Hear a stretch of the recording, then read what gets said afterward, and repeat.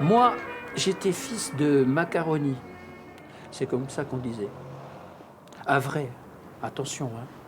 Macaroni des deux côtés, père et mère, farine et eau. Il disait papa. La preuve, il m'avait appelé Guido. Si tu n'as pas de sang macaroni, jamais tu as une idée comme ça.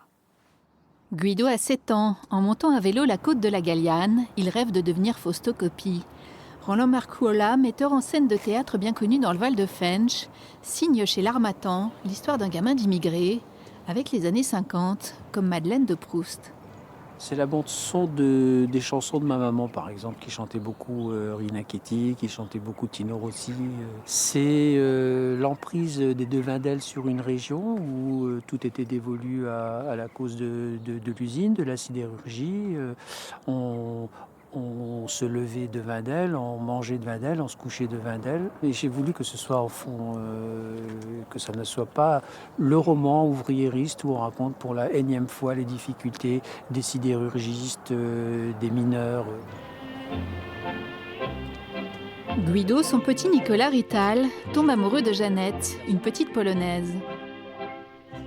J'ai parti de la première immigration, j'ai arrivé à l'âge de 11 ans, en Ouais. 73. Ouais.